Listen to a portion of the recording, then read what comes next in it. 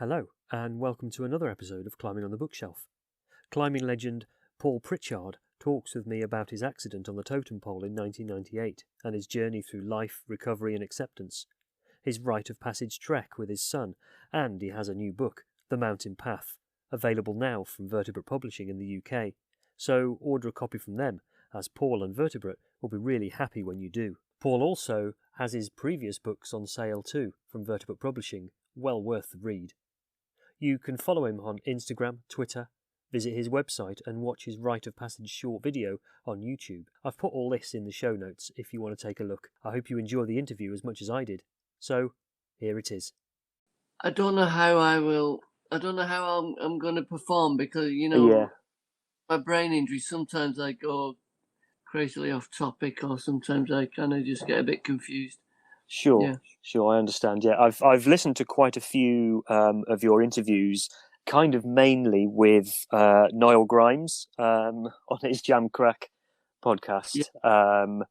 I've really enjoyed your kind of readings and your kind of climbing history and everything you've done, and also I listened to another episode on his same show with Glenn Robbins. Who you had another accident with? Yeah, that is a belter. That one. Isn't it? It's a really good episode. Yeah, and it wasn't until I heard those episodes that I knew about the totem pole to start with, but I didn't know that you'd done all these other books as well, either before or after. So I was really interested in getting in touch with you. It was sort of at the beginning of this year, I think it was, where you were in the middle of doing the book, I believe, or it was being edited, or I was really touched that you got back in touch quite recently. That was very kind of you. Oh, no. I mean, it's not all altruistic because every bit of publicity helps. But no, it's always a pleasure to meet somebody new. I wonder if it's okay if you could just talk about your accident on the totem pole. Okay, so that's probably a good place to start, isn't it? Yeah. So in 1998, I won the Boardman Tasker Prize for a book called Deep Play, my first book, and with the prize money, even though it wasn't, I think it was like $2,000 or something, but it was enough back then to get me and my partner Celia Bull around set getting going around the world, and we climbed up. First stop was Borneo, where we climbed on Kinabalu, and then we landed in Sydney and bought a Ford Falcon and we were just living the dream, kind of. I was about 29 years old back then, and we kind of climbed all over the mainland, and then we got on the ferry to get to Tasmania because I'd seen this double spread picture in the centre of High magazine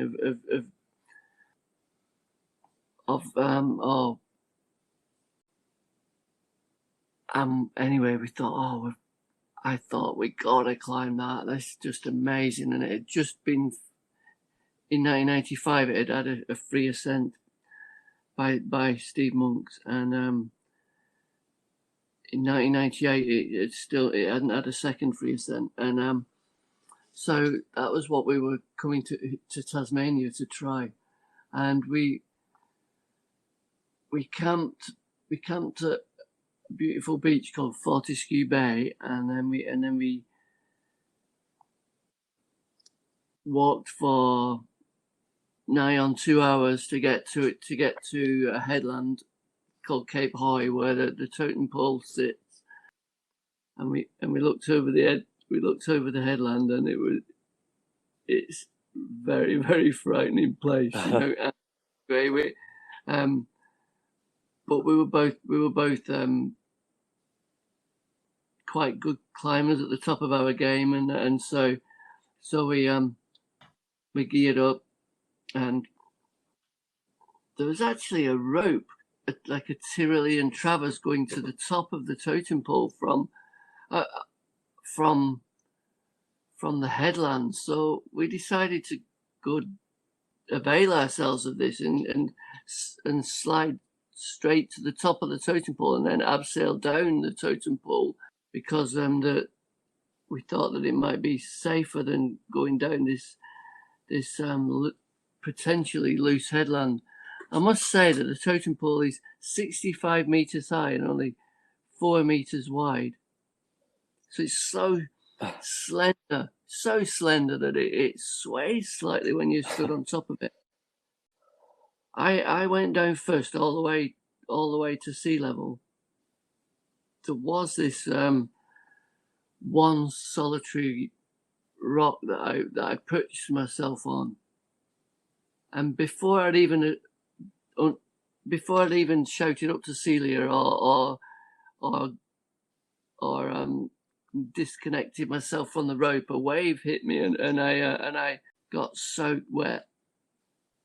And so I realized that there was no way that we were going to be able to climb the first pitch of the totem pole. The totem pole is 2 pitches high, separated by a ledge.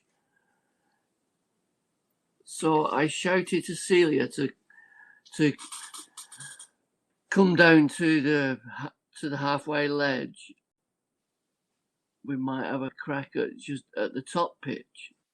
And so she did that, and then she tied the rope off for me to climb up to the ledge. And I put my clamps on the rope and took in the slack, and then I just swung around the kind of edge of the totem pole. You know, it's got 4 corners. As I did that, I didn't see it coming, but the rope dislodged this kind of flake of rock about the size of a computer, which didn't hear it coming at all. So it just I didn't know what was going on. Basically, the next thing I knew, I was hanging upside down on the rope and with blood pouring out my head just a meter above the sea, and then I went unconscious again, and I felt Celia by me, and she was trying to get me upright in kind of a system of slings. So she must have reacted really quickly. Well, no, probably did, because she knew her stuff, but you know, I was going in and out of consciousness so much that maybe half an hour went past. But she couldn't just lower me down to the ground, which is what in a normal situation that's what you would do. But there was no ground below me. It was just lapping waves that some people say is shark infested. I mean, there has been great white. There is regularly great white shark. It's kind of like a 20 foot great white. It's kind of cruising around there. That's for sure. And I'm kind of leaking out all this chum into the water. She then climbed back up to the ledge, and she then had to haul me 30 meters up to this ledge, which took her 3 hours. I'm not. Yeah, it must be very difficult to do that. I know. Can you imagine, on a single 9mm rope? By the time she got me there, her hands were bleeding.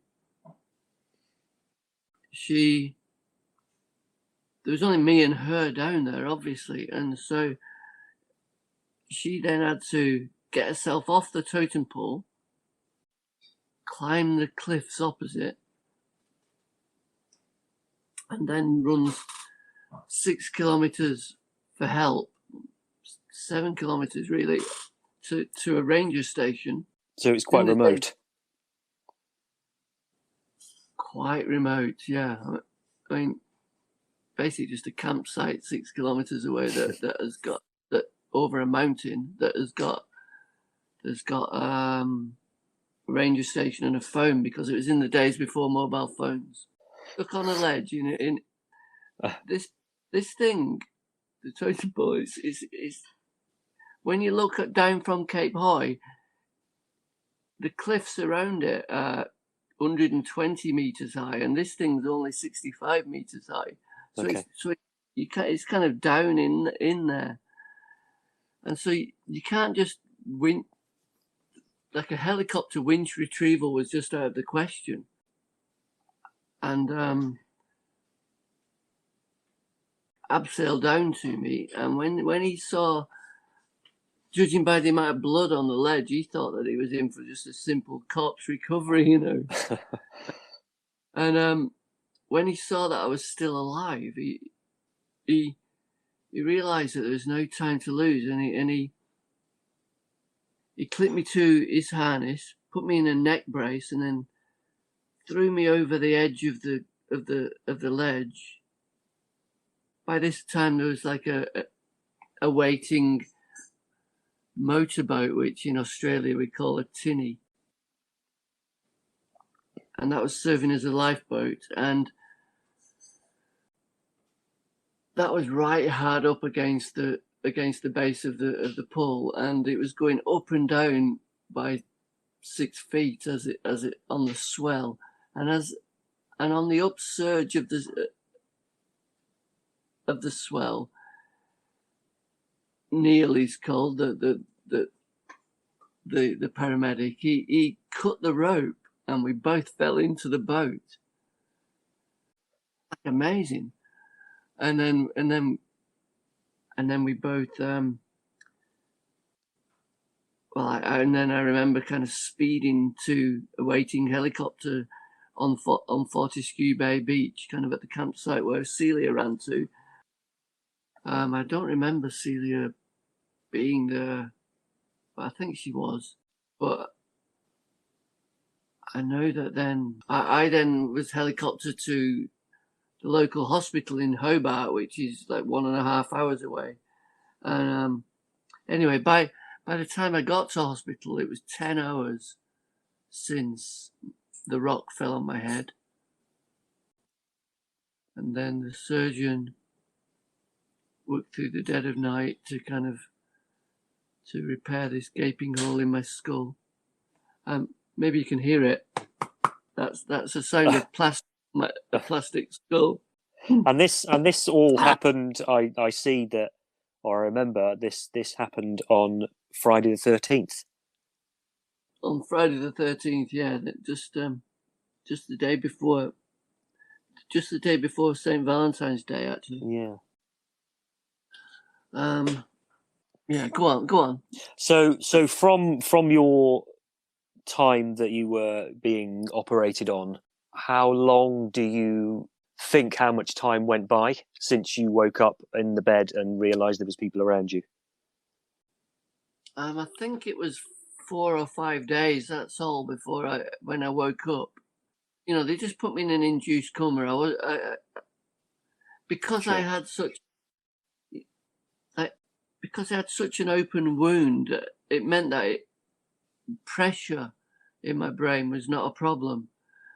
Most people, often people with brain injuries, it's called a closed brain injury is a lot more dangerous than an open brain injury.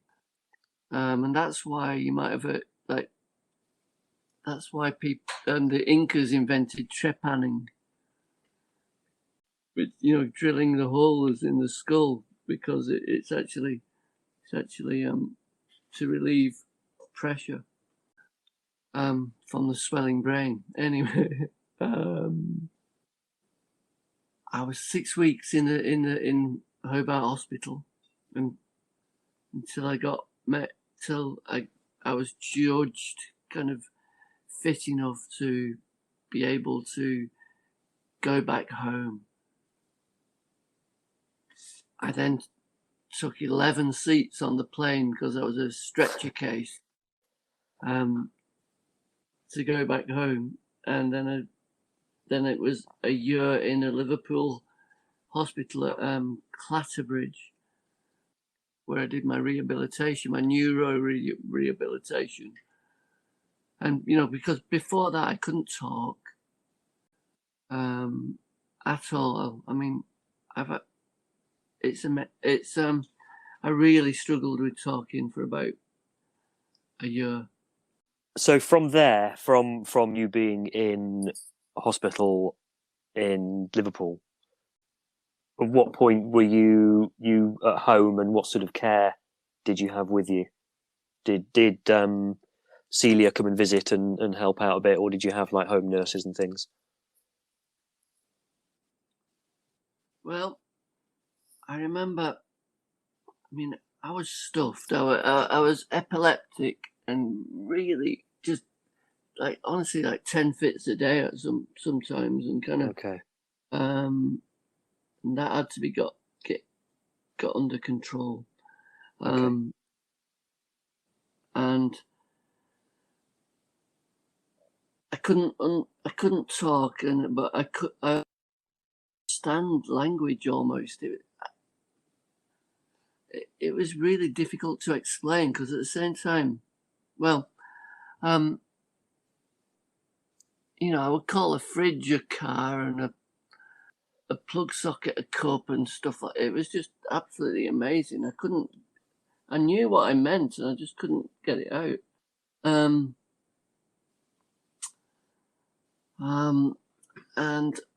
I had great difficulty telling people's faces apart. It was like they all had masks on. And also great difficulty in telling people's emotions apart. So I couldn't tell whether somebody was happy with me or angry with me. And so after 5 months, I think, in hospital, of me just being really quite weird to be around, I think Celia just couldn't hack it anymore, and so we parted company after about 5 or 6 months. And then I had to be able to walk, like I was in a wheelchair, you know, and so I had to be able to walk 100 meters before they would let me out of this place, and make sure, and I had to prove to them that I could cook a meal and get dressed and all that kind of thing, you know. Okay. I mean, absolutely incredible job they were doing. Don't get me wrong. And so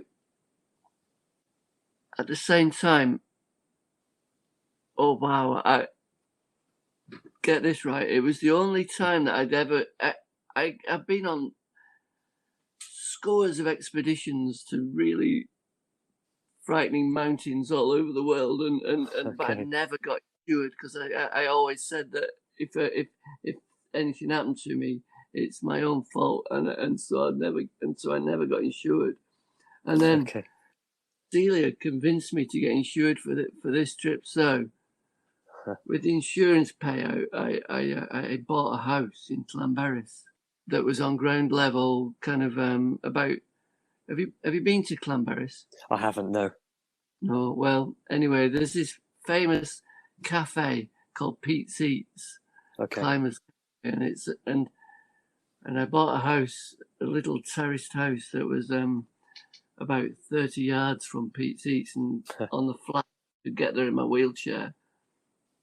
And so for a while, I was for like a good 2 years, I was a fixture at Pete's Eats. Yeah. I suppose it's a way of getting your meals done for you. Yeah. I was allowed back at weekends for a few months, but still had to go to hospital in the midweek. Okay. Are you still in contact with Celia? And also the guy who helped you into the boat, was it Neil?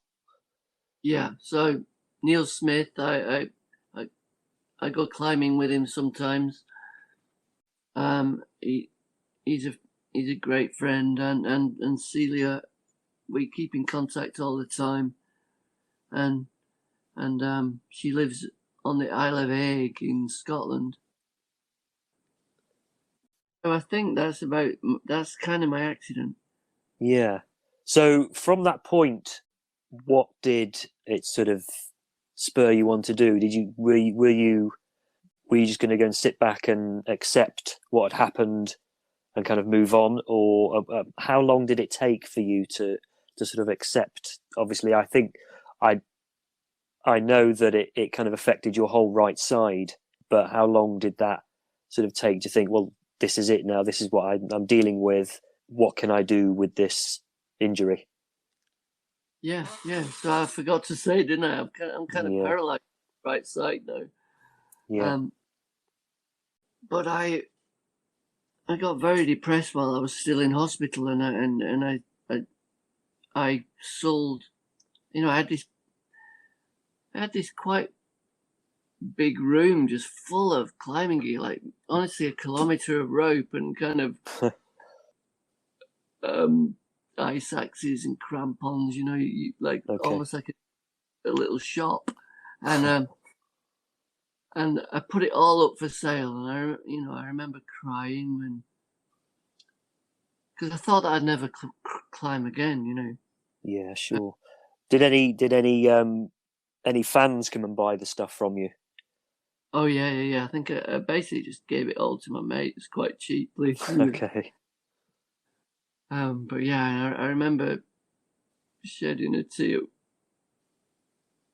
when somebody came to buy my skis and ski boots, and because all these things have got memories. Last time I used them was when we climbed Mount Asgard, like the west face of Mount Asgard, and kind of skied up to it. Is that in Baffin Island, isn't it? Yeah, on Baffin Island. So skipping forward a few years, obviously you're still out and about and getting your life back as much as you can. You wrote the totem pole about your accident, and that won the Banff Mountain Book Festival Grand Prize. And then in 2005, you wrote The Longest Climb, and that was nominated. Could you tell me a little bit about that one, about The Longest Climb?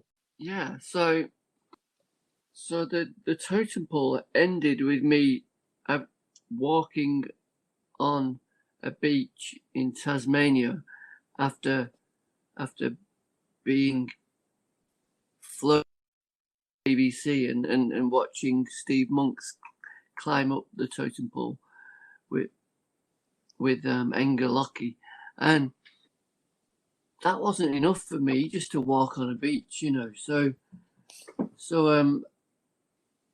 it was really it was always going to be only half. So The Longest Climb really is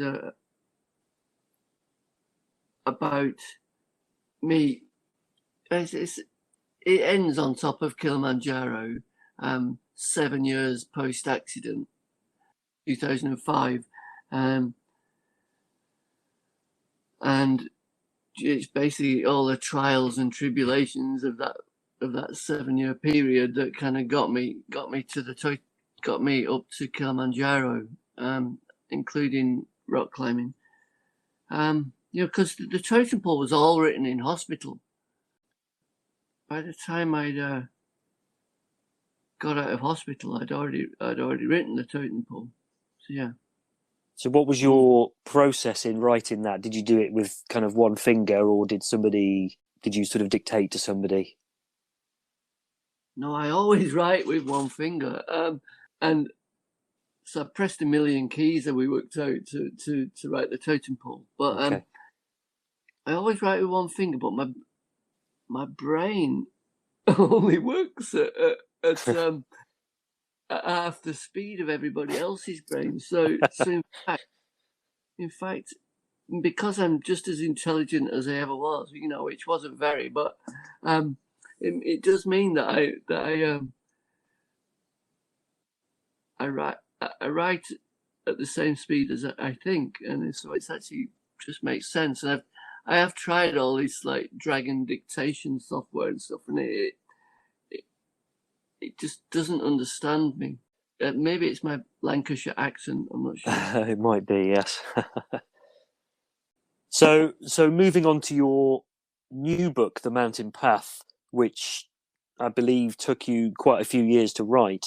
What was your sort of process and your motivation of writing that one? Have you got a copy? I haven't. It's in the post, I believe. All right, because I've not got a copy either. but that's not great preparation, is it, for both of us? Yeah. I think it's taking quite a long time to come to Tasmania. Okay. Well, the totem pole. Sorry, the mountain path is basically 7 critical lessons which I learned from the mountains, which got me up the totem pole 18 years later. So I did climb it in 2016. Yeah. Okay. So it's taken from 2016 to now to write this book, even though I did finish it a year ago already. Okay.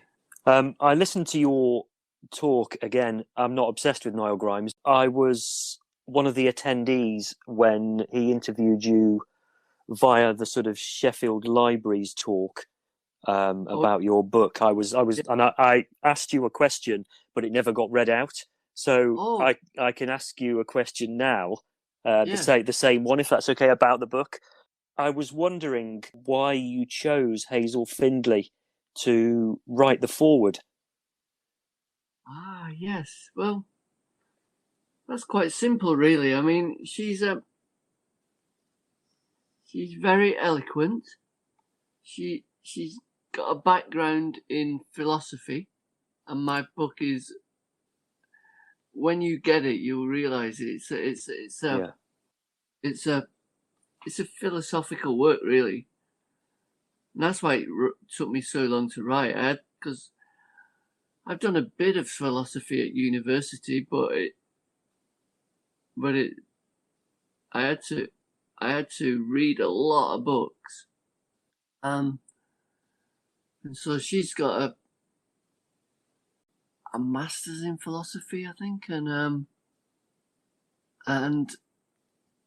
but also more than that, though. Actually, she's a Vipassana meditator, as I am. So we both share that, and I don't know if you're aware of Vipassana at all, but it's Vipassana just means insight, so it's just insight meditation, and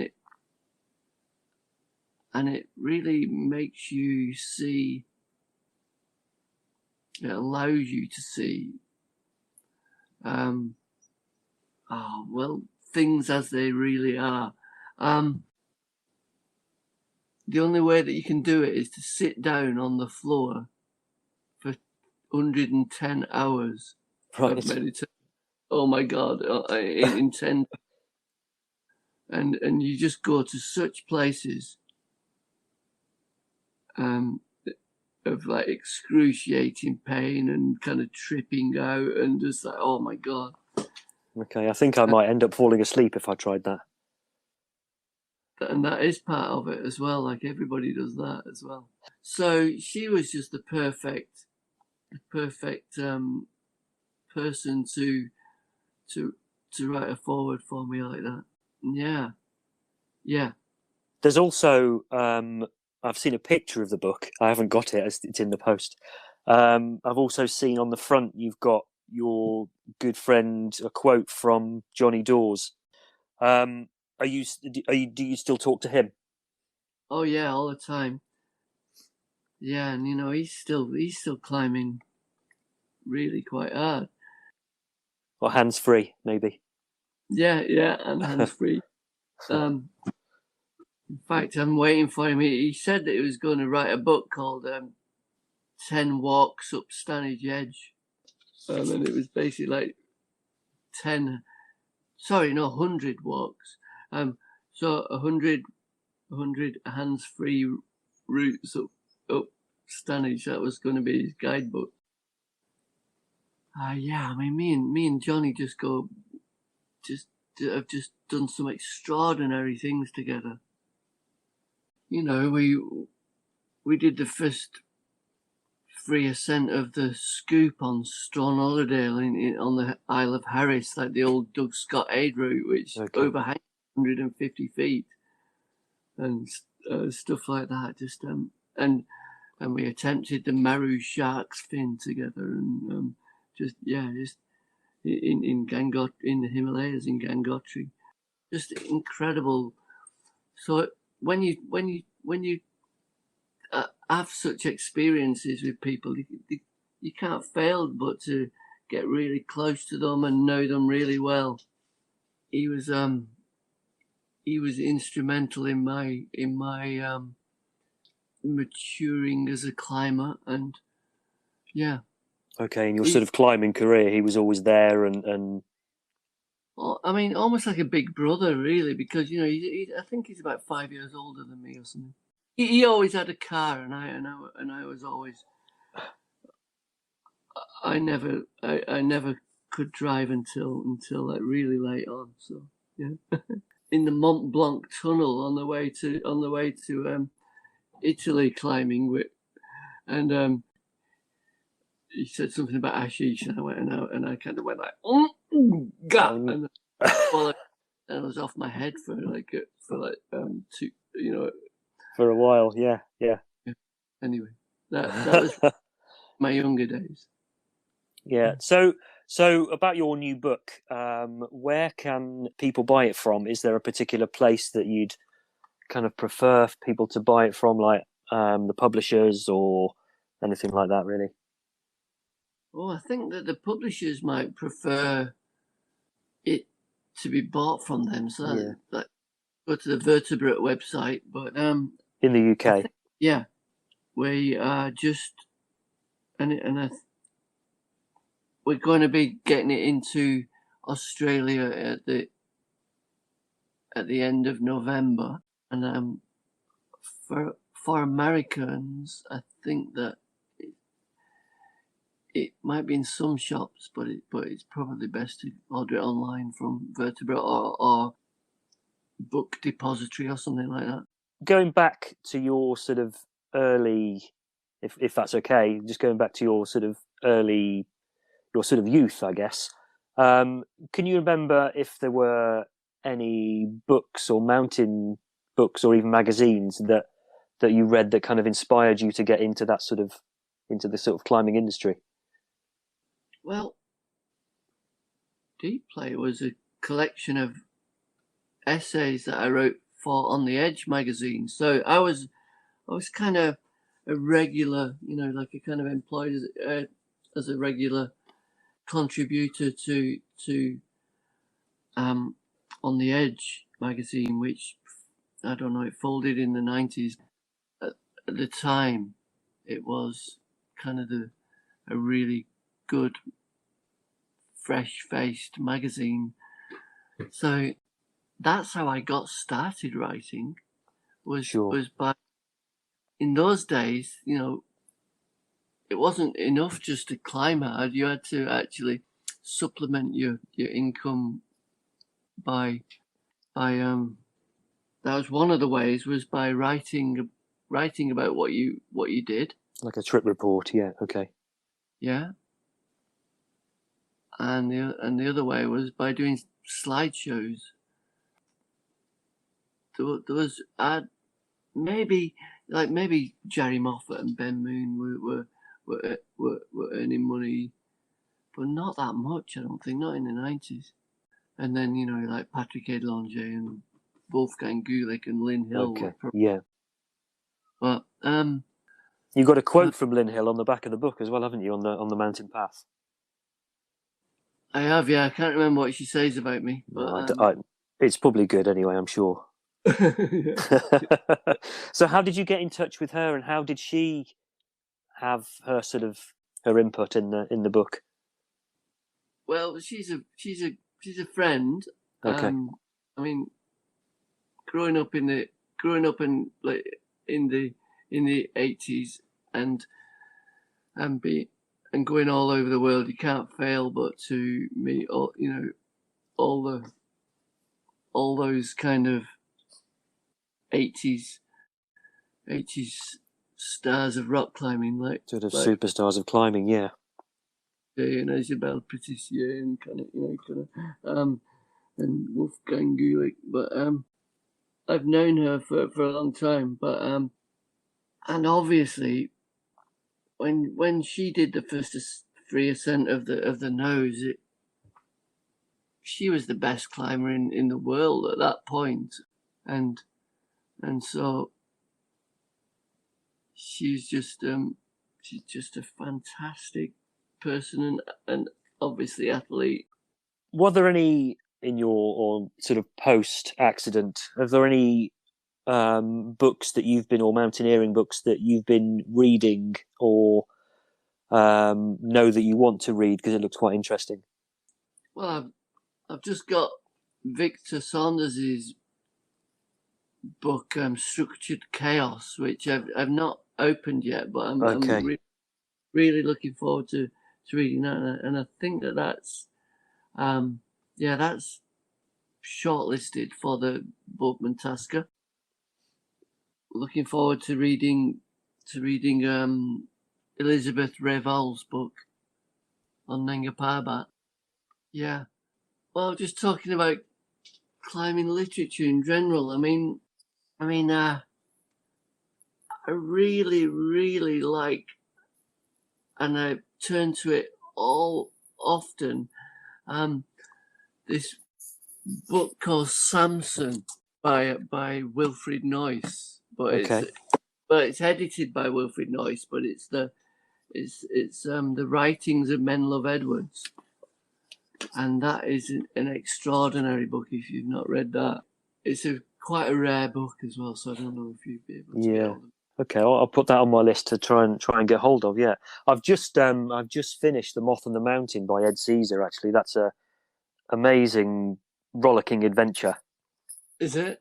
Yeah, it's a really, really good read about this guy who's goes through the war and tries to summit Everest on himself by flying in and landing in a tiger moth and just walking up.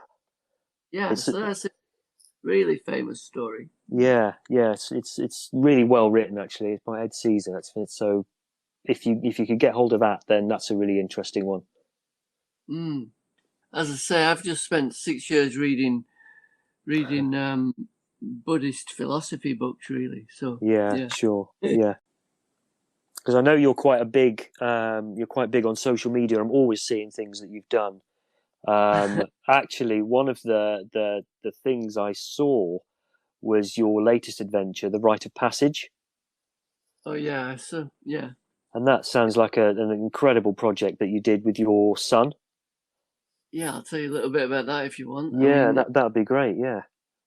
I got this son. Well, I look after 3 young people really, but my youngest, Eli, I took him to this mountain, well, a hill really, but I mean, like, it doesn't really matter, called Gokyo-ri, and it was the whole trek was 16 days, but it probably took about 10 days to get to Gokyo-ri, and he was 12 at the time, and he turned 13 on the summit of Gokyo, and so it was like this little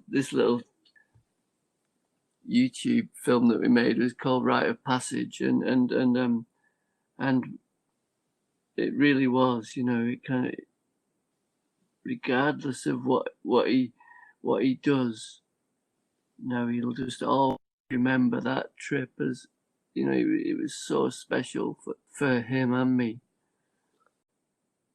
Within 6 months of getting back, in fact, even before we finished the film, the interviews at the end of the film, voice had broken, and then now he's almost 50, you know, and he's grown 1.5 feet, and he's as tall as me, and he's getting up to, you know, mischief. Adventures that you did when you were that age. Yeah, he's not setting things on fire yet, though. No, or throwing petrol bombs at climbers. No. Oh, that's great. That's really good. Yeah. That's great. I'll have to watch that, actually. Yeah, definitely. Yeah, thanks for reminding me about that. It was such a lovely time. It was the last time that I left Tasmania. So how long have you been in Tasmania now? About 20 years, I think. Yeah. Okay. In fact, if some people ask me, like, well, how did you end up back in Tasmania? But I basically married one, like, struck up a relationship with one of my nursing team in Tassie, and okay, and ended up marrying her, and she came to Wales for 2 years, and then we moved back here, and so Sure. that's and started a family, and so yeah, and things changed. That's 20 years ago, so I'm not with her anymore or anything, but like that. But I got 2 beautiful kids. And if you could pick one place to sort of, obviously you now live in Tasmania, but if you could pick one place where you could live forever, Canada or wherever you are now. Wow. And probably if I was on my own, Tapavan on the Gangotri Glacier in India. It's the most beautiful place. Like, it's got all these granite boulders kind of dotted around, and with walled kind of caves with sadhus living underneath them, and Okay. But then little rivulets and little pools of glistening water, and lots of alpine flowers. It's like a meadow, beautiful. So Yeah. that's the most beautiful place I've seen in the world. Once again, thank you so much for coming on the show. I really appreciate it, and thanks very much for your time as well. I hope the book sales go well and everything goes well for you in the future. Thank you, Stuart, and a real pleasure talking to you.